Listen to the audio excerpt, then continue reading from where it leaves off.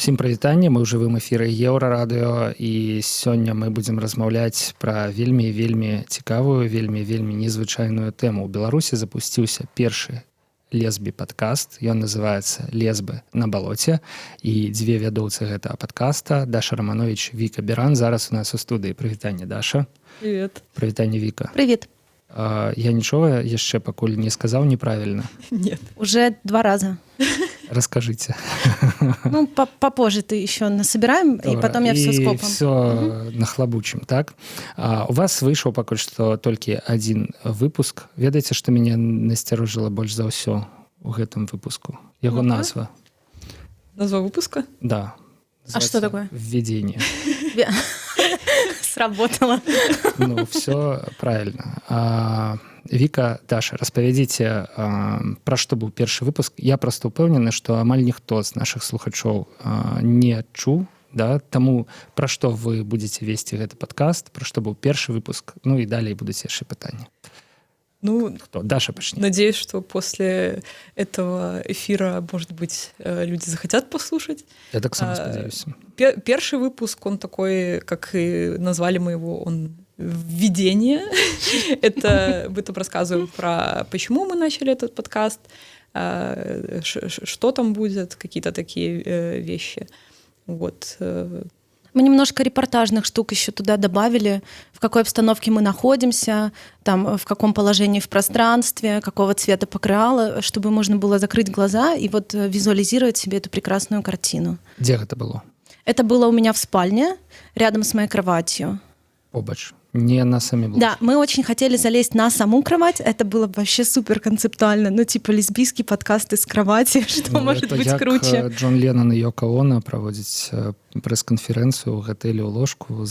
Да. Самый вообще удобный, уютный вариант. Но оказалось, что микрофоны нельзя уютно так подставить, чтобы был ровный звук. И в итоге микрофоны на кровати, а мы рядышком. Что ж. Да, мы тоже сожалеем. Да, оказалось, что много таких каких-то мелких технических моментов мы в комнате записывали, потому что там звук получше, у нас нет возможности, там, например, в студии записывать, и там минимальное какое-то эхо, и микрофон должен быть на уровне лица, поэтому мы сидим на полу, микрофон на кровати, и, короче, да, такая обстановка. Сябры, мне здаецца, што вельмі непроста зараз прыходзіцца маладым падкасцерам у Беларусы, але тым не менш падкастаў робіцца ўсё больш і больш, на ўсё больш і больш цікавыя тэмы. Я ведаю, прынамсі, падкастаў 30 зараз у Беларусі, но я іх калекцыяную. І вось, ваш адзін з самых незвычайных. Цэлую гадзіну вы размаўляеце адна з адной. Як вы лічыце, это сапраўды, будзе цікава цэлую гадзіну вас слухаць? Наша праграма, напрыклад, максімум 35 хвілінаў. Мне здаецца, што пасля проста ўжо людзі, што ўжо яшчэ яны могуць нам сказаць? Так, мы паўгадзіны ўжо іх слухаем. А у вас гадзіна? Ну, на самом деле, то, что это час, это только первый эпизод, у нас будет по-разному. По 2, по 3. Я так само, так и зразумела, яшчэ больше. Я просто много слушаю подкастов, и мои любимые подкасты где-то по часу, я поэтому как-то на это ориентировалась, но на самом деле вот сейчас мы обрабатываем второй эпизод, и там будет чуть меньше. Будем смотреть как бы по обстоятельствам, как разговор пойдет, то есть и не все будут эпизоды только с нами двоими, мы будем приглашать гостей. И поэтому... Плануеце запрашаць гостей? Да. Хто гэта будзе, напрыклад? Например, 4-й выпуск, который мы уже записали, но еще не отмонтажировали. 4 выпуска. 4 уже есть, так. Класс. Первый сезон плануем с 12 зробить. Ну вот, в 3-м эпизоде к нам придет Мила Новаковская, наша коллежанка по мейкаут и дело пи, психотерапевтка, арт-активистка. Да. В 4-м эпизоде Ифунаня, она приехала к нам из... Откуда она приехала? Из Нигерии. Из одной из африканских стран. Да, кажется, из Нигерии. Надеюсь, мы ничего не спутали. Да. Вот, она тоже лесбиянка, она учится в меде в Гродно, она вот тоже рассказывала, что там у нее в жизни происходит. Я надеюсь, что будет не скучно. Нам изначально не хотелось делать такую, знаешь, очень, простите, пожалуйста, правозащитники яйцы, такую нудную правозащитную штуку. Ну, типа, мы знаем очень хорошо на себе, как много всего дурного, плохого и страшного, но если только на это постоянно обращать внимание, мы, долбанемся, сойдем с ума, и поэтому для своей радости и удовольствия мы решили делать что-то более легкое. У вас у гасцях будуць толькі дзяўчыны, жанчыны, гэта такі канцэпт, ці вы ўяўляеце таксама мужчину в гостях у этого? Нет, в этом подкасте будут принимать участие только лесбиянки и бисексуалки. Для нас это очень важно. И вот мы поэтому тебя сегодня тоже ссадили в край, потому что было бы очень странно, что, две девушки рассказывают, и сидит мужчина в центре, главный редактор еще. ты понимаешь, вот это я и не так... адчуваў гэтага, пакуль мне не оно сказали. есть. Это вот формулёўка «ссадили в край». И у тебя еще Чёрт побери. позиция власти редакторская, так что тут очень глаз востро надо держать. Я не адчуваю. Хотя Ладно. с нами лежали в постели уже 2 мужчины. Да. Мужчины помогали нам Из Plato создавать. Sound, да, наши менторы, те, которые помогали нам работать со всем этим делом, обучали техникам, и они клёвые. Распавядзіце, як гэта было, не ў плане того, як хлопцы лежалі ў ложку, а вось вы вырашылі рабіць падкаст. Я так разумею, што ў прынцыпе не было тэхнічнай уяўлення пра тэхнічны бок гэтай справы. Это мне просто вырашыў зрабіць эфір, прыйшоў в студыю, тут все, гукарэжысёр, там, все вот это ёсць. Ці было страшно? Як вы пачыналі, якія былі першыя крокі? Начать? Виктория. Я знала этих репс еще раньше, которые из Plato Sound. Я слежу за их творчеством, и мне кажется, они дофига крутого делают не только для подкастов, но и вообще для звуковой музыкальной движухи в Беларуси. Plato Sound, что это такое?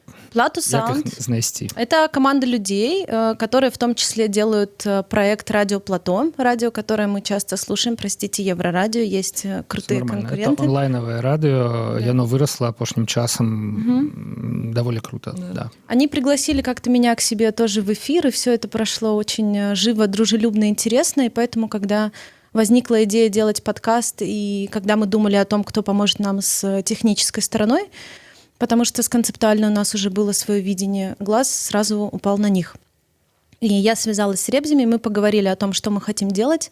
Для нас принципиально важно было, чтобы не 2 мужчин, которые работают со звуком уже много лет подряд, будут там нам все резать, красиво всякие слюнки убирать и все остальное, но для нас было важно самим обучиться этим технологиям, этому процессу, для того, чтобы мы были максимально самостоятельными и не только свою работу могли делать подкастную от начала до конца полностью, но также и передавать эти знания другим людям, которые, возможно, захотят связать свои части жизни с этим.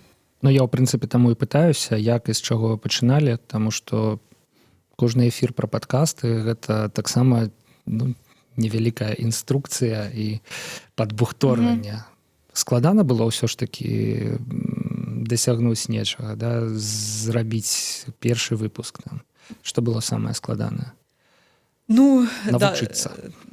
2 тут момента я вижу. Это как сначала идея появляется, и идея подкаста про именно какой-то про лесбиянок, про лесбийство возникла у Вики, и она рассказала об этом мне. А я очень вообще большая фанатка подкастов, я очень много их слушаю. И у меня всегда была такая мысль, что я тоже хочу сделать свой подкаст. И поэтому было легко согласиться, потому что да, это, мне кажется, круто, интересно, и я сама слушаю подкасты. Вот. А именно уже реализовывать какие-то действительно было много каких-то технических моментов, которые, мне казалось, мы сядем, будем просто говорить в микрофон, а потом, как есть, это все выложим, что там, раз-два, и все сделано.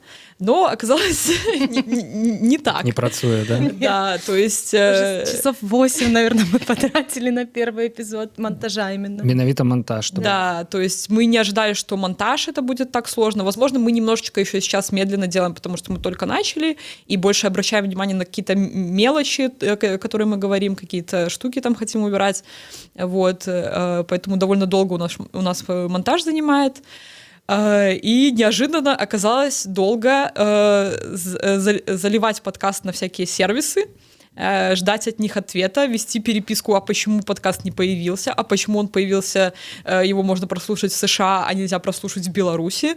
Я много вела, да, переписку с Apple Music. Свободная краина, да, Беларусь. и, короче, много каких-то таких моментов, которые мы не предполагали, и о которых действительно теперь вот мы знаем, и можем даже рассказать, что вот вы можете ожидать то-то, то-то, то-то.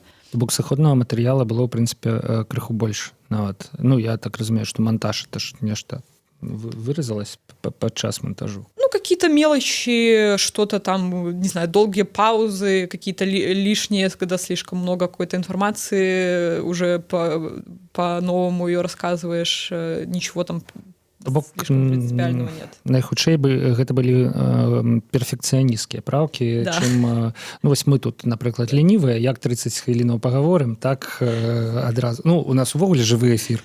Ну, были еще всякие идеологические штуки, потому что вот здесь в этом прямом эфире что-нибудь ляпнешь, и потом фигушки вырежешь, и все типа запомнят. Ага, там Вика какую-нибудь российскую херню сказала.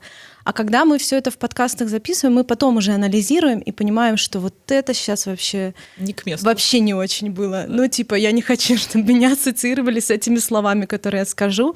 Поэтому хорошо, что есть монтаж, и что мы придумали не делать это в живом эфире, в прямом.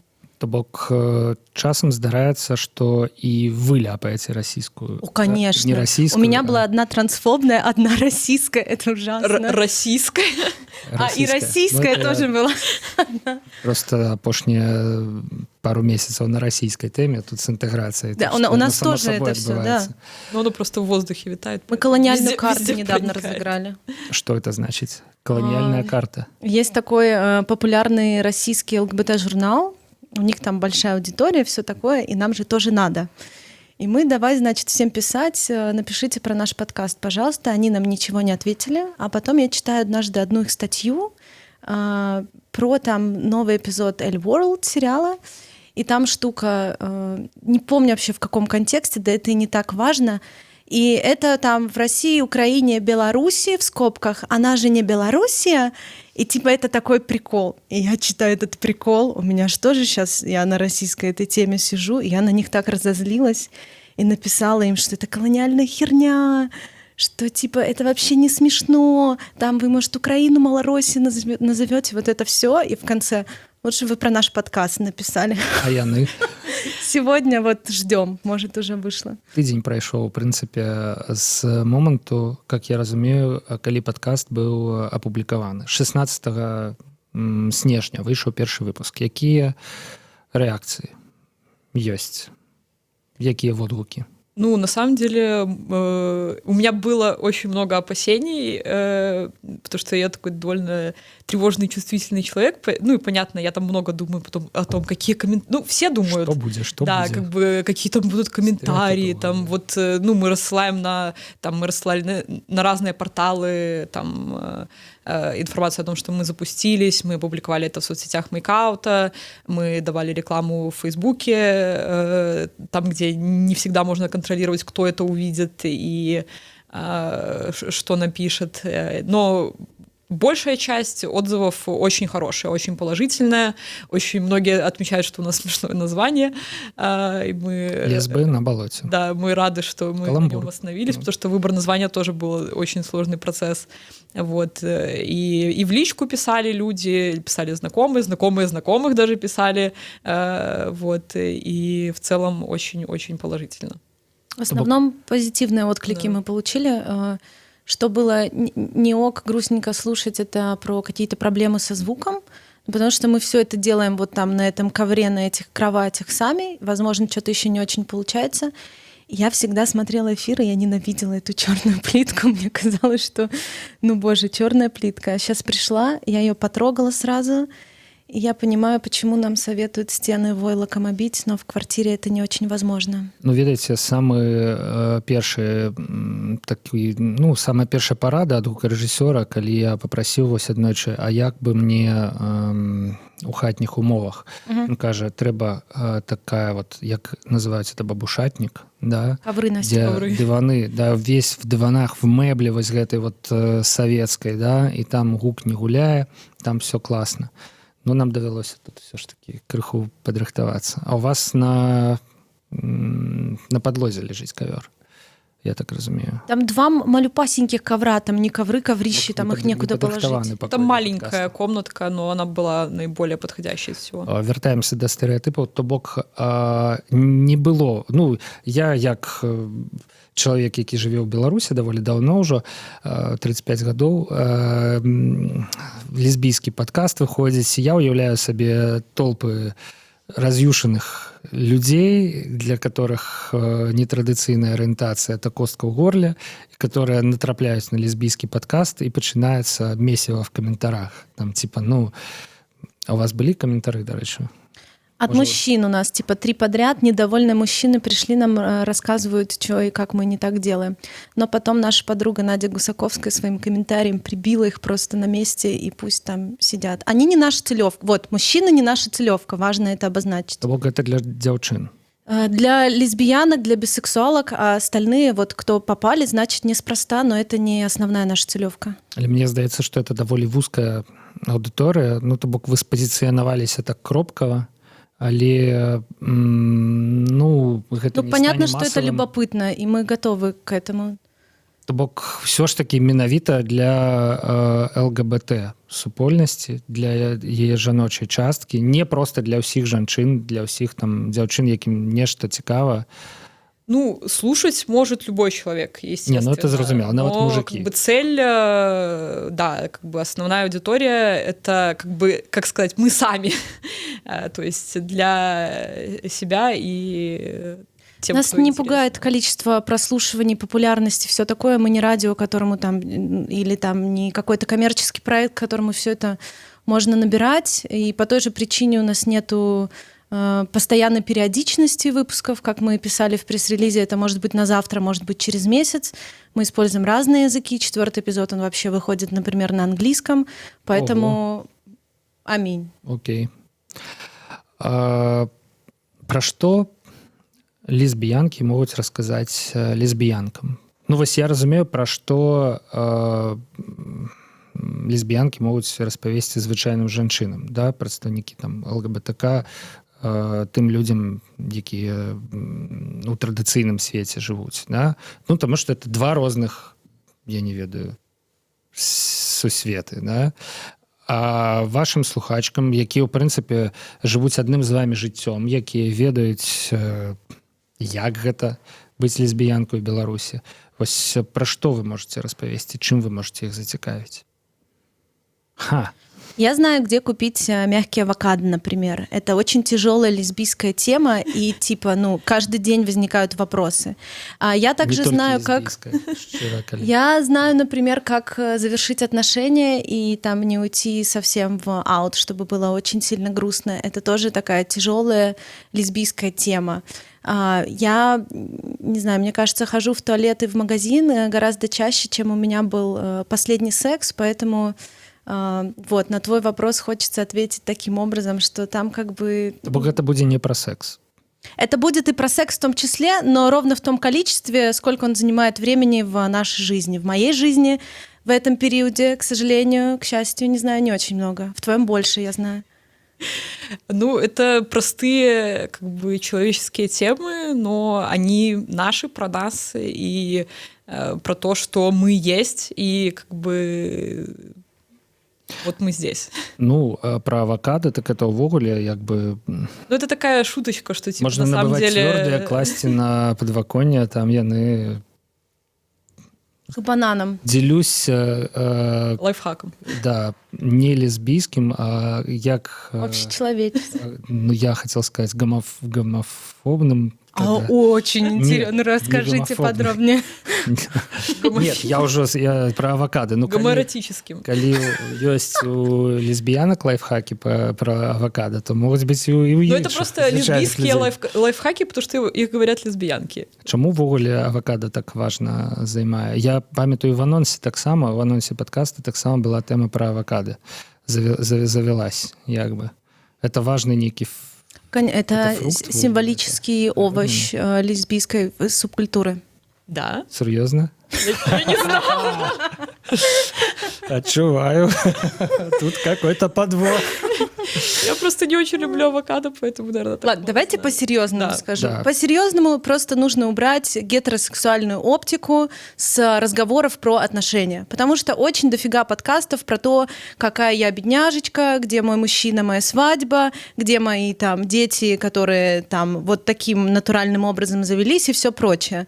Поэтому мы просто убираем эту гетерооптику с того, о чем мы говорим, но это не значит, что мы говорим исключительно про секс там и все, что около него танцует. Мы говорим просто про свою жизнь, но так случилось, что мы еще и лесбиянки в придачу. Да. Да. Што значыць у Беларусі таксама была такі радок быў у анонсе, што значыць быць лесбіянкай у Беларусі? Які на гэта адказ? Вот цяжэй, чым гомасексуалісту, як вы думаеце? Ці одна сатана, як кажуць? Ну, везде свои. Подожди, ну давай исправим, почему он говорит гомосексуалистов опять? Нельга, да? Да. Ну, это типа... Лесбиянка можно, а гомосексуалист нельга. Гомосексуалист Гомосексуал. типа ист, вот это... Ну да, я понимаю, выпадает точно, постоянно. забыл, чему на курсах в методичках Ну, учили. это ж типа что базовый ж я уровень вообще. дурачок-то Ну, такой. Ну, ладно. ладно, гомосексуалам. Но мы же не можем Выправляйте. промолчать. Все правильно. Мы ж все слова берем. Не трэба маўчаць наадварот. Я хаця што-небудзь таксама карыснае для сябе вынесу Спасибо, з Паша. гэтага эфира. А не только, что это не для мяне подкаст, а зусім не для мяне. Вось. Ну ладно, давайте вернемся до пытання. Не ведаю, лёгка, цяжка, просто звычайна быць лесбіянкай у Беларусі і якое адрозненне ад того, каб быць гомасексуалам? Даша, жгите. Даша. Ну, про различия говорить, я не думаю, что тут совсем уместно. Это как, ну, не знаю, сравнивать яблоки и апельсины. Это разные Нет, яблоки фрукты. и... Авокадо. И помело. Нет, ну это все фрукты, овощи. Яблоки и кирпичи. И башмаки. Вот, спасибо. Да, как бы везде свои моменты. Конечно, у нас есть общие проблемы, есть какие-то отдельные проблемы. Вот, поэтому, ну, я бы вообще не стала тут сравнивать, как бы, если кто-то выпустит подкаст о том, как быть гомосексуалом в Беларуси, я с удовольствием расшарю ссылку, послушаю. Мне здаецца, я ведаю толькі аднаго чалавека, які можа выпусціць такі падкаст. Все астатнія Нет, Не говоруны? не афішуюць неяк. Ну, ці афішуюць не ў такім маштабе, каб выпускаць прям. Ну, конечно, да, это подкаст. зависит от открытости и всего такого. А в том плане, каково это быть лесбиянкой в Беларуси, по-разному. Я думаю, что у нас еще случился такой потрясный микс, где это и про лесбиянок, и про активисток, и про прекариат, когда нет прекрасной схемы жизненной, очень четко работающей, той, по которой я жила, там лет так до 20, наверное, да, очень понятная схема про там университет, мужа, квартиру, работу, ребенка, ну и типа очень понятная штука, по которой живет, например, там эти мои школьные подружки, одноклассницы или очень много людей в университете, с кем я училась. Это скорее про то, что нужно быть лесбиянкой в Беларуси сегодня, это придумывать свои собственные схемы, которые не факт, что работают, но, по крайней мере, есть уверенность в том, что ты сама берешь контроль, где ты можешь над своей жизнью и не идешь по там кем-то продуманным, проторенным дорожкам. Для меня это про это. Ну, вось ведаеце, цікава прагучала думка, што ўсё ж такі гомасексуалы менш адкрытыя публічнаму. Мужчины-геи, грамадству. типа, да? Да. Угу. І ну да, тое, што лесбійскі падкаст з'явіўся раней, чым гейскі. Да? Так правильно? Да. Всё Нормально. Добро. Вообще релакс, ну правда, если что-то ты не так скажешь, мы тебя исправим, и типа не злостно исправим, но тут же важно, чтобы диалог шел, а не там... Знаете, да, дзякаваць Богу, я жыву ў Беларусі, дзе не звальняюць за там харасмент. Ну не, за харасмент звальняюць, ладно. Так, это... Ой, Этого не будзе, все. А так памыліцца крыху магу. Ну так вось, то бок ваш падкаст з'явіўся прынамсі раней за аналагічны падкаст, як бы гэта сказаць, з іншага боку барыкад, да? Ці ёсць гэта доказам таго, што ўсё ж такі хлопцам ну крыху цяжэй і яны не імкнуцца, я не ведаю, да адкрытасці так, як вы. Все ж таки яны выбіраюць хавацца, там быць недзе ў андэграўндзе. Ну, мне кажется, здесь это скорее случайность. Мне кажется, с точно такой же вероятностью мог появиться и гейский подкаст. Просто случилось, ну, как бы лесбийских подкастов в русскоязычном поле, ну, русско-белорусскоязычном, не так-то, ну, я не знаю больше ни одного другого, но, может, я чего-то не слушаю. Я просто в основном на английском слушаю подкасты. Вот, и это просто, ну, просто совпадение, что мы с Викой собрались, мы сделали, ну, точно так же могли кто-то из наших друзей и коллег сделать и гейский подкаст. У меня другая версия ответа здесь будет. Мне кажется, да, что это в целом связано с... Вообще все в этом мире для меня связано с патриархатом и капитализмом. И здесь та же самая штука, потому что, ну, типа, послушать, что говорит наш президент, или там из медиа тоже какие штуки летят. 2 лесбиянки прикольно, эстетично, я постою рядом, посмотрю. Типа, а на 2 геев я смотреть совсем не хочу. У меня тут есть питание. Менавіта про это выказывание Александра Лукашенко. Сейчас я докину здесь еще хорошо, что это также связано с... Але все равно прогучала уже эта цитата, да. С лагерной какой-то культурой, да, и вот со всеми этими зоновскими штуками.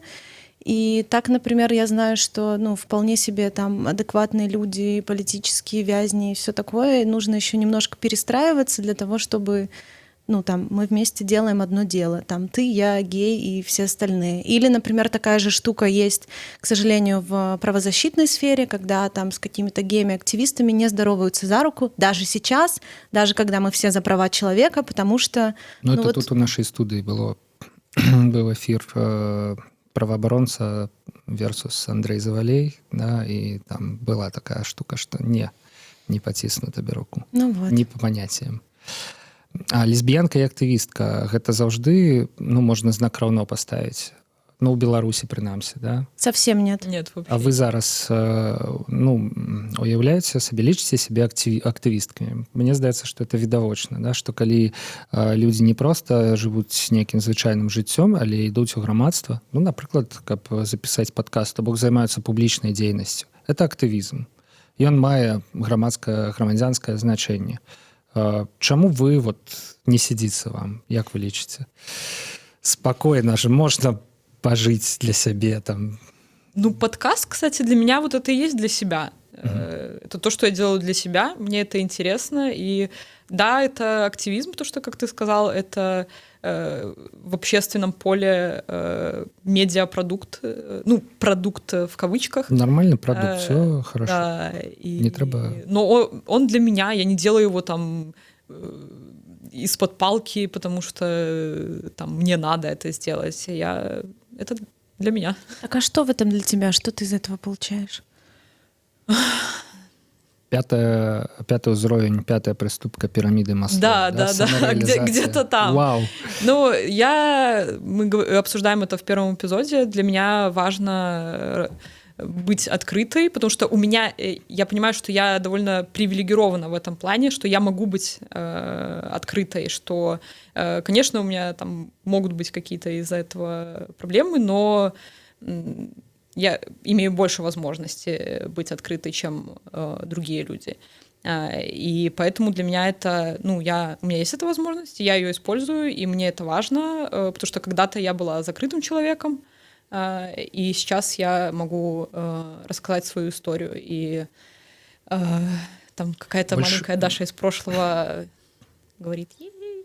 Больше магчымасцяў, это значыць, что там, например, вы не наставница и вас не звольняць, калі даведаюцца там. Да, моя работа не связана с какими-то вещами, не связана с какими-то местами, корпорациями, там, учреждениями, из которых меня могут уволить.